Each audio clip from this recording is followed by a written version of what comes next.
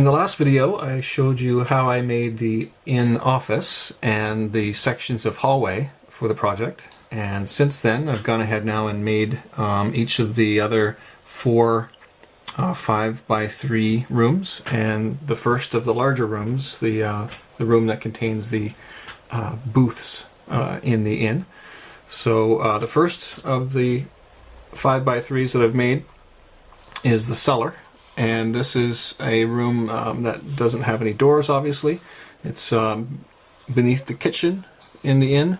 So I just made a crude four-sided room using some ruined pieces and trying my best to keep the walls from being too high. I did make one corner a little bit high so that I can have a step ladder or a ladder fit in the corner there. And when the room is completed, it'll have probably permanently fixed items that suit a cellar, barrels, bags of grain, different casks of things, so that this will be a permanent room. It's going to be too full of things probably just to have them sitting there. It might get knocked around. I'm going to paint the floors the standard dungeon slate color. And I'm going to try and treat the walls, on the inside at least, with some kind of whitewash to represent what's commonly done with a dry stone basement to make it brighter, is to plaster the insides of the walls with some sort of treatment that will make the walls white. Let's experiment with that and see how that works out. The first of the guest rooms is what's described on the website as the room with the large window. It again has got two doorways, and on one end it's got a large window. And I made the columns using baskets and these little wooden, maybe they're meant to be seats, or they look like they're half barrels. Maybe they're meant to be glued together to be a little case or something, but I didn't have very many of them, and they seemed to suit the size and the shape that I was looking for. So I just glued the baskets to those and made three little columns that fit at the end of the window. Bit of a Roman look to it, I guess, without any glass in there. It might be a bit of a Mediterranean-looking kind of room. And it's got two entranceways, like most of the guest rooms do, but using the sand block, I was able to widen the doorways enough so that I'm able to take a 1-inch wide bookshelf, which happens to be a little bit wider than the doors, so that if I didn't want to have necessarily two entrances in a given room, I can place a bookshelf in there to simulate just a recessed shelf as part of the furnishings of the room. Otherwise, we've got doors that fit in, more or less, and those will be standard for the rooms. The next room is described as the Hobbit Bedroom, and on the website it has a rounded Hobbit door. And because I didn't have the surrounding wall pieces to allow for a circular entranceway, I didn't do that.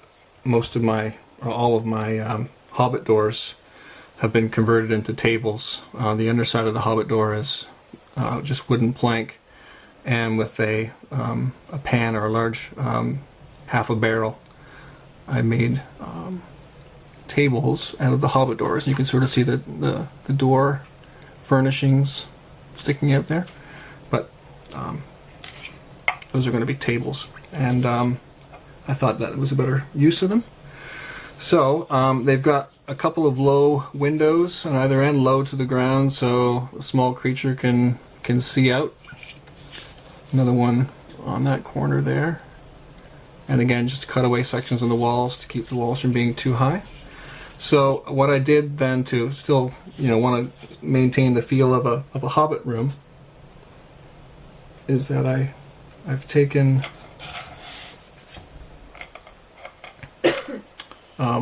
half-inch stone tile as a footer, and taken 2 trap doors more or less and glued them back to back to act as a door, small door. And then with another piece of wall section glued on top, the end result will be, I'm going to be able to insert this just like I did with the bookshelf or another door. This will become a single piece that I will paint separately and then glue together.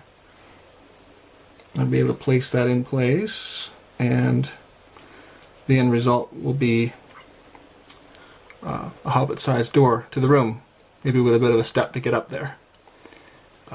But that'll work fine, and I can interchange that as I need to. I can put a regular-sized door there when the room is not being requested by Mr. Underhill.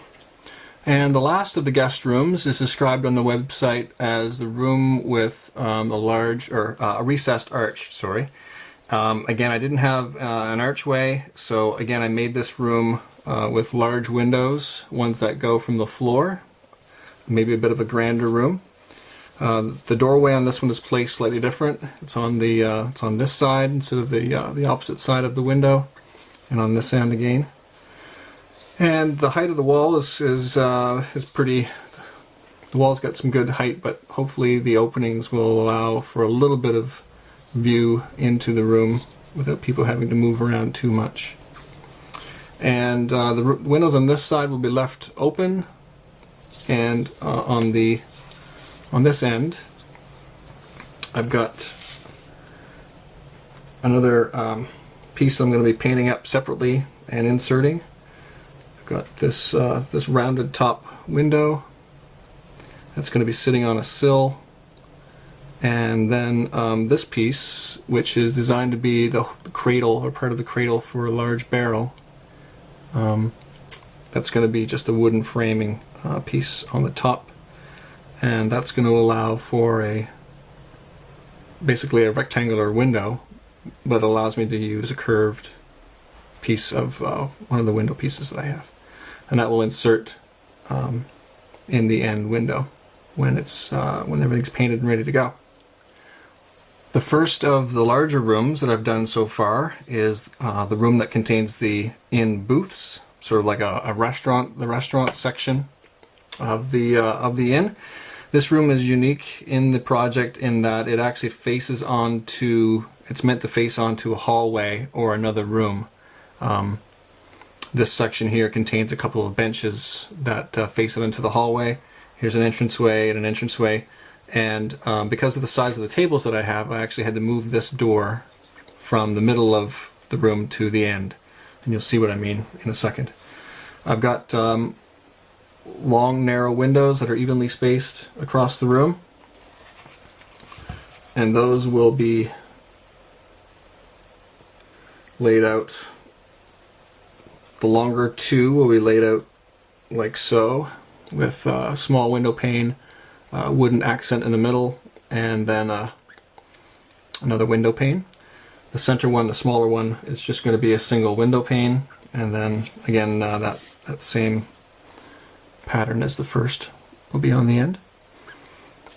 This far wall is meant to have a row of tables and chairs, and I'm going to be using on either end of the room what's meant to be a shelf for a wall as a low bench, and that's going to be a permanent fixture in the room.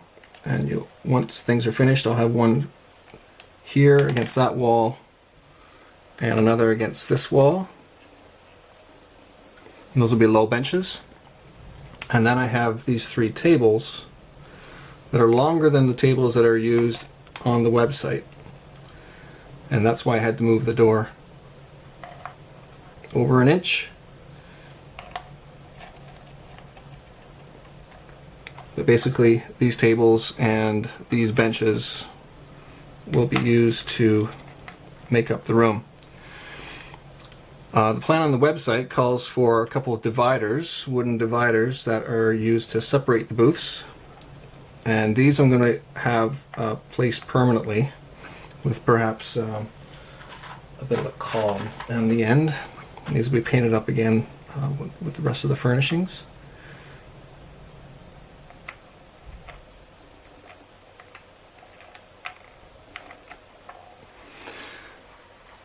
But the tables aren't going to be left there permanently, so I can swap those out if I want, and I can make the room perhaps a bed chamber instead of a room that contains booths.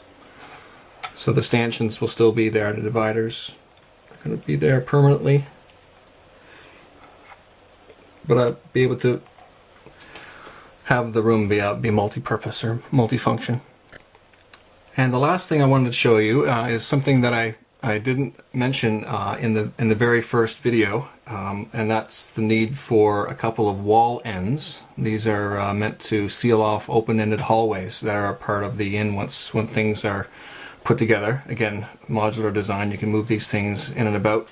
The website recommends a couple that are 3 inches wide and then 2 others that are 2 inches wide. So I went ahead and made those up, and these are again just a little window at the end of the hallway with a bit of flooring on the outside. Perhaps I can put a couple of lanterns there or some kind of little statuary there on the end of those little short pedestals. In a couple of places now I've got this line of brick running across the building as a bit of an architectural element, and I'm going to continue with that to give it some flow hopefully, and we'll see how that works. Maybe I'll give that a light little dry brushing of a different color just to make it stand out. And so there's 2 of those that are basically the same, and then I've got 2 others that are the same, and these are windows that have been sealed off, and that row of brick along the top. These are meant to perhaps stand on top of the hallways, so I've just based them on cereal box cardstock. So there's 2 of those. You might have seen these in the very first video, but I'll show them to you again now. Some of the fireplaces that are going to be included in different guest rooms. They can be used in the kitchen as well. So far I've got to start on 3 small fireplaces. This one's a little bit bigger. This perhaps can go in the bar. I'm going to put a chimney on and add a mantle. Again, the mantle's going to be made of wood, so I'm going to paint that separately and glue it in later. The main hearth in the kitchen is 4 inches wide, and it's going to have a couple of oven doors here, and then I've got these fireplace pieces. If I can get the focus. Fireplace piece there. And that's going to go obviously in the fireplace. And these are not attached yet. These are going to form the mantle. They'll be painted separately again. I'm going to have some other accents, and then obviously a chimney on there. So it'll be the main hearth in the kitchen. And then the front entranceway is also a standalone piece that caps off the end of the hallway. And it's only partly put together again. It's 4 inches wide, and a couple of lanterns will sit on these little pedestals, the doorway, and an arch to cover it, and then perhaps these little shields. I haven't come up with a name for the inn yet, so if you have any suggestions, certainly I'd love to hear them. I've got a couple little plaques here. I'm going to paint those up and glue them to either side of the doorway. The right side up would be good. So there'll be a little bit of a plaque on either side of the doorway, and that will look pretty cool.